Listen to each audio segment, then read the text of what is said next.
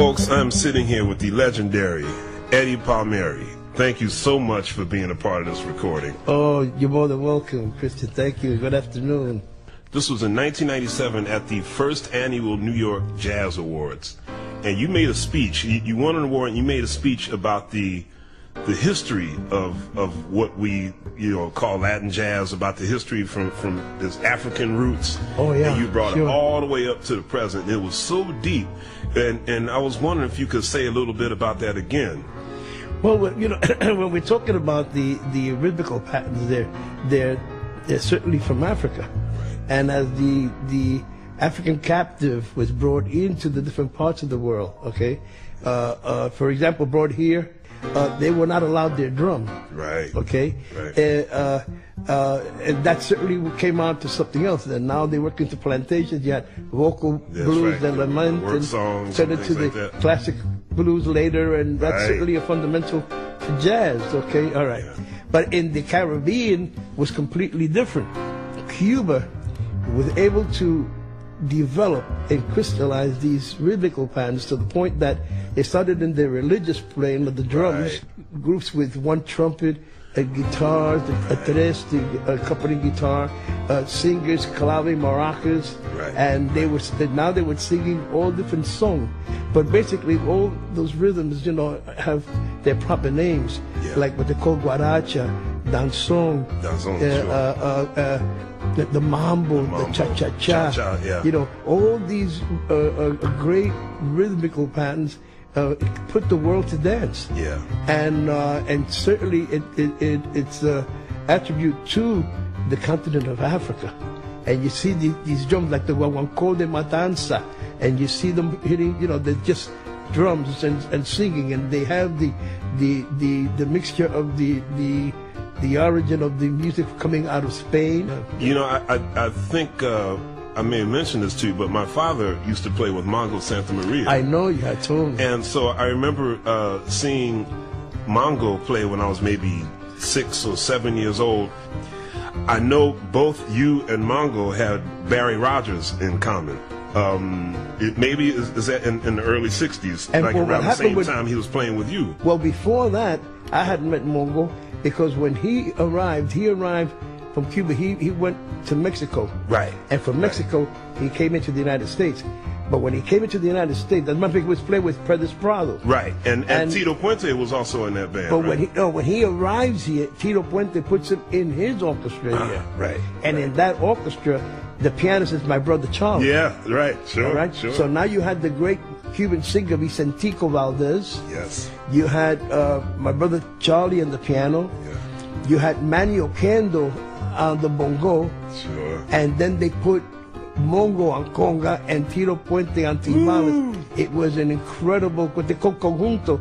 They would use the word conjunto, which meant a group, but it's without saxophones. Yeah. So he had a great combination. Tito Rodriguez had another great conjunto, and at the same time is when Mario Bausa then introduces Chano Pozo to Dizzy. To Dizzy. Yeah. And Dizzy in the documentary says, Chano couldn't speak Spanish. Couldn't speak English. Right. I couldn't speak Spanish, but we both spoke African. That's right. Now, how old were you when you started playing the piano? I was, I would say, about 8 to 9. Then I left the piano to play timbales for a while. No kidding. But I love timbales. That's why I love it. Sure. Donald Harrison's the only one that told me, Eddie, you solo like a drummer. Yeah, that's true. That's very true. Now, I'd like to ask you another question. What do you think is the New Yorican sound? Can you describe that? Well, there's been there's certain, I would have to say there's been certain times that has happened. For example, we even call the first Latin jazz is the Dizzy Gillespie and Chano Pozo. Right. First time you have like the New York Latin jazz big band. Right. One percussionist changes the whole dynamic of a jazz orchestra, for example. That's so true. Okay. And the different bands, and certainly now the way they've changed the salsa, what they call salsa, for example. Right. That word is a misnomer. It's usually it's pretty. The best one was Tito Puente. I put salsa on my spaghetti, baby. Talk about your first band when La Perfecta started, because that's one of the staples of...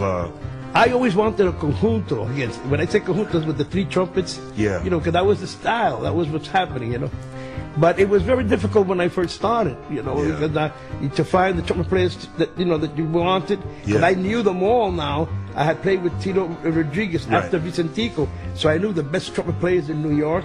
But to get them was so difficult. They're going to go for Class A scale, that kind of a thing. They ain't got no time for no rehearsal. Yeah. I mean, or got to be paid. Some things never change. Oh, yeah. I mean, there were just certain things that wasn't going to happen, So, so little by little, I did my best I could, using 2 trumpets, whatever it is. Right. Until on a Tuesday night, I went to a social club that was and the Tritons was in the Bronx, okay? The first one, right on top of the Loews on Southern Boulevard. And I went there, and on Tuesdays, they had a jam session, and it was being run by Johnny Pacheco. No kidding. And Johnny, at that time, had been extremely hot. He started with my brother playing flute in a place called the International. The trumpet player that he had, a gentleman called Mario Cora, left him to go to Puerto Rico to join Cortijo's band. All right? Cortijo was very, very popular in that. And then Johnny was a percussionist. Then my brother signs with the recording for United Artists, and Pacheco plays flute on that. And my brother took the standards, American standards, and put Latin lyrics in them. And then it was excellent work that he did there. All right. But now there was a young company coming up called Alegre. In the Bronx. Al Santiago was the owner, and Pacheco records for them, and he gets a tremendous hit with his own charanga, a composition called El Guiro de Macorina, maybe 100,000 45 at that time sold. We had never heard of anything like that. I mean, really blew the whole business. And now my brother had his charanga, which charanga is the wooden flute with violins, typical of Cuba. My brother had his. Now Pacheco has his. Now they're going for it, 59, 60, 61. But by 1960, in the late 60, or early 61, Pacheco's doing these jam sessions. And when I went in there to hear that the two that say hello, I see this trombone player, and that trombone player happened to be Barry Rogers. And Barry had played with musicians like Artie Jenkins, the pianists, and that were happening. They were playing Latin music all over, in the Bronx. And a gentleman called Phil Newsom who played rhythm, and he had played rhythm and blues. He was very rounded. Barry was like he was the cat. Genius. He was something else. So I talked to him, and I said, listen, I play here because I used to play in that club. I said, I play here once in a while. Like Cody goes, sure. That's how it started. Conga, bongo, a gentleman called Chicky Perez that we grew up together. He played, excellent. My singer, bass. Joe Rivera was on bass, and so I have 5. That's the guy that could count on, right? Barry would come, and then I would have, it would be 6. That would be it. That would be it. That's the idea. All right. When I couldn't get Barry, I used to use a gentleman called George Castro, who played wooden flute with another band. And now the day came that I was able to pay them both. And now I got the flute and trombone coming in the same night. And when I heard that, I said, oh, this is it. This is it. The only thing we needed was another trombone, which eventually, even Julian Priester. Played with us. A gentleman called Joe Orange. Now, you also started, I remember when I first moved to New York, one of the biggest staples in the entire city was the Monday nights at the Village Gate. Oh, yes. Dr. Billy Taylor used to come and play with the Latin band and play with me. And, that's right. We played the Latin McCoy. I could never, it was always crowded. I would have to get there early, that was a big Salsa Meets Jazz. Salsa Meets Jazz. That was one of my fondest memories. It was great jazz artists that came to play with they played with the both bands. Right. There was 2 Latin bands, and then they would play 1 or 2 competitions with the Latin band, and then they were off, and then they wait for the next band, and then after that they would over. My goodness. But that was something. Salsa meets jazz at the Village Gate of Arthur Lugoff. Yeah, oh man. Bleecker and Thompson. That's it. I still walk by there and get misty-eyed, man. Wow, what you remember? That's right. I remember that very well. Well, Eddie, it's always a thrill talking to you and hanging with you and playing with you. I'm really blessed to know you, man. Thank you so much. So am I when I see you and play and able to share a moment like this. And then the only thing is, I'm not going to come and play with you anymore. All I did was press you. All I did was press you a little bit, and you went right through, man. I said, "Where's he going?"